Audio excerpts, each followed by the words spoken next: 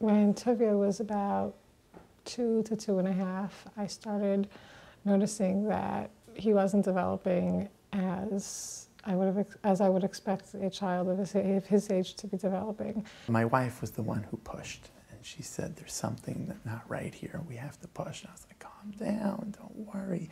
You're getting nervous for nothing. It'll happen. You'll see. You'll see. He'll grow out of it."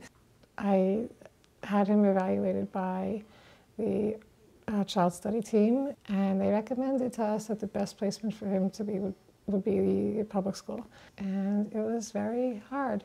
Well, I remember thinking, I can't believe my son's going to public school. This is ridiculous. It requires every ounce of determination and perseverance and bitachon and patience. And you know, it ripped our hearts out. I mean, for him to come, you know, oh, we're going to be having Halloween Day, and we're going to be having Christmas Day and this performance. Having children with special needs is not any scion that I would have chosen, that I would have asked for. But I believe that Hashem sends every person the nisyono and challenges that are right for them, and everything Hashem does is for the best. We have a video of them when they are, my older one was maybe 3.5 and Tuvia was 1.5, and we're out in the snow and I'm videoing, and you hear my older son talking in full sentences, and Tuvia is doing a lot of things in the snow, but is absolutely silent. Not a word. When Tuvia turned 5, I started looking into whether he would be able to go to a Jewish program, and we looked at Sinai. And my wife and I spoke it over, and we spoke it over with our parents, and we spoke it over with our Rav. My Rav said, "You have an opportunity to send your child to a Jewish environment. So you're going to have to answer after 120 years why you didn't do it." So I don't care how successful he's being in public school. So you have the chance. You've got to do it. And he says, not only will you have to answer, I will have to answer why I wasn't able to convince you to do it. And I don't want that on my head, and I don't want that on your head.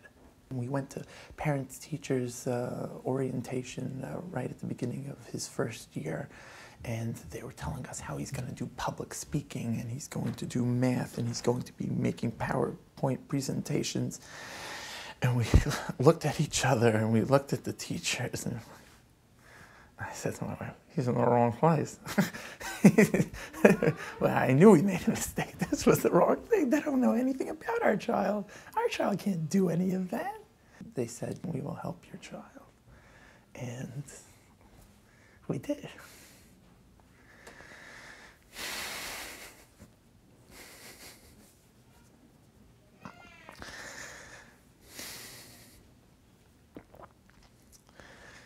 And he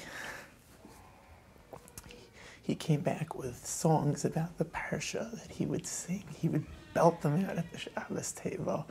And he came back with songs about Chumash, and they put on a play, and he's standing there in a white shirt, standing stock straight and belting out these songs together with the rest of his class. And never thought he could do it. And we would practice public speaking at home, and he would say to me, "Today I'm going to talk about animals. Animals are very scary. Questions, Tati." And I would have to ask him a question. And he loved it. And we would role play this public speaking. And I couldn't believe it. They were doing this in class. This is his 2nd year there, and he's been doing absolutely beautifully.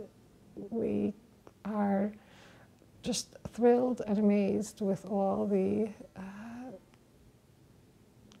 skills that he's mastering, the professionalism of the teachers and the staff has been unbelievable. His brother, who's 2 years older than him, is a big mensch, and he's testing him. Oh, you learn math in school? Yeah, I know math. He says, really? What's 4 times 4? And I'm thinking to myself, oh, Tuvia knows that because he knows his 4 times tables because Miss Emma drills them on their 4 times tables. And without even bang, 16. And my son was like taken aback. Why does this 7-year-old know his multiplication tables? And he started asking, yeah, what's 4 times 3? 12. What's 5 times 3? 15. And then my son says, oh yeah, what's 7 times 7? I was like, not a fair question. He hasn't learned that yet. But, it's just so nice for us to see him coming home with Jewish projects and Divrei Torah, and he's excited to share his Divrei Torah at the table. And he's just doing everything that a Jewish child should be doing. And reading, writing, I could just go on and on how happy we are that he's in a Jewish environment. We would meet either Judy Karp or Jake Weinstein, and they'd say, at home, is he going to shul yet with his father on Shabbos morning? No? Maybe he should be. Is your older son going? Yes. So what's wrong with Tuvia? Why can't Tuvia? Oh, he can't. Sure he can.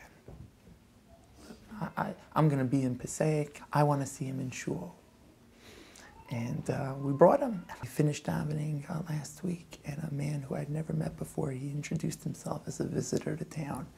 And he said, may I say something to you about your children's davening?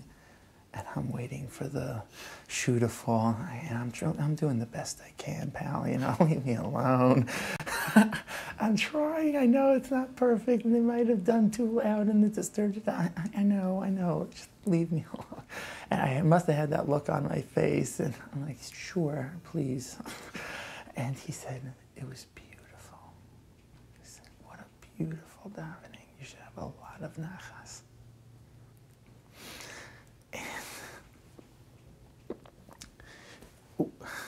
He's a visitor. He doesn't know Tuvia from a hole in the wall.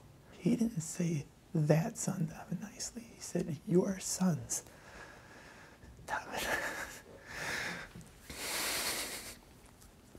daven nicely. And so